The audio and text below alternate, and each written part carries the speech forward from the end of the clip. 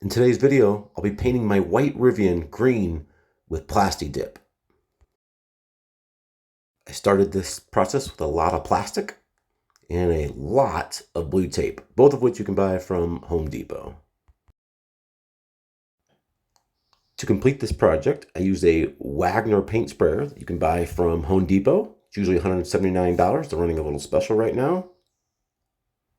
Here I'm going to go ahead and start a little practice on cardboard before I start hitting the truck. Again, I'm using an HVLP gun, which stands for high volume, low pressure. It's electric, as you can see, so keeping the extension cord out of being a tripping hazard or out of touching the wet paint is a little bit of a challenge.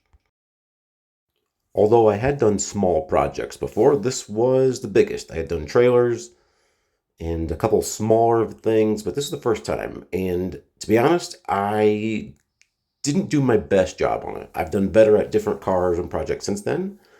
A couple of the mistakes I made. I got my plasti-dip too thick. Although I ended up putting about 7 coats on the truck, I did them too close to one another.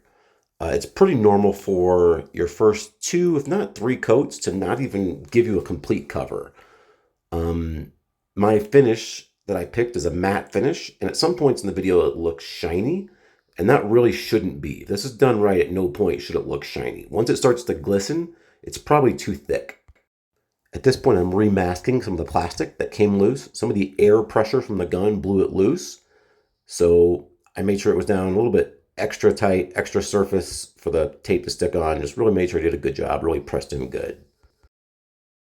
I continue to make my way around the car. Again, about 7 coats in all, which honestly, I could have and should have done more. Projects I've done since then, I've almost doubled that.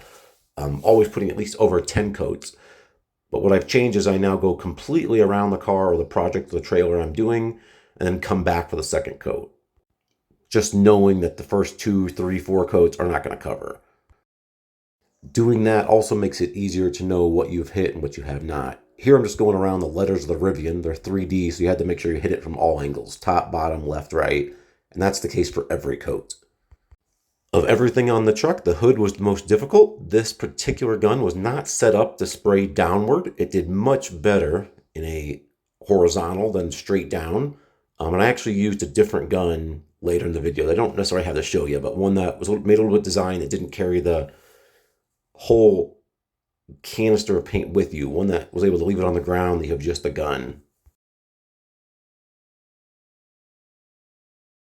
As you can see here, I've worked my way around to the passenger side, and now I begin the fun process of removing the tape. Like most painting projects, I spent probably 10 times longer actually masking and unmasking the paint than I did the actual painting of itself. I spent about 4 hours taping the night before and maybe another half hour taping the day of. And then I spent about 2 hours taking all the paint and tape off after I had painted. Some of these spots where the paint clearly touched right next to where the tape was, I had to use a razor blade to cut that fine edge of paint because the paint, if it lapped over from the tape to the car itself, there was no clear break and it would want to just pull off, including pull off the plasti-dip I had just sprayed to the vehicle. The razor blade really did work nice to help make sure I had a nice, clean, crisp line. Again, as you can see here, a really nice, crisp line from the black of the window trim to the car. I didn't have any paint up top or up too high, except for that right there between the back window and the middle window, so I didn't have to tape off the entire top of the car. Again, lots of prep work, taping, which led to lots of post work removing the tape, but it's really worth it to keep these nice, crisp, clean edges, which really that makes the difference.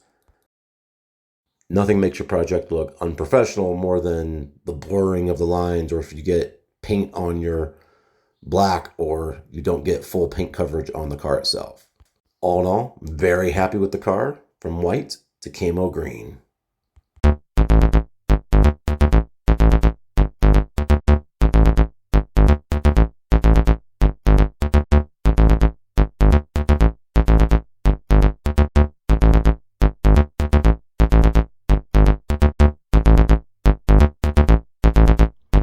All right, If you made it this far, please hit that thumbs up button and subscribe to the channel to see what else we have coming your way.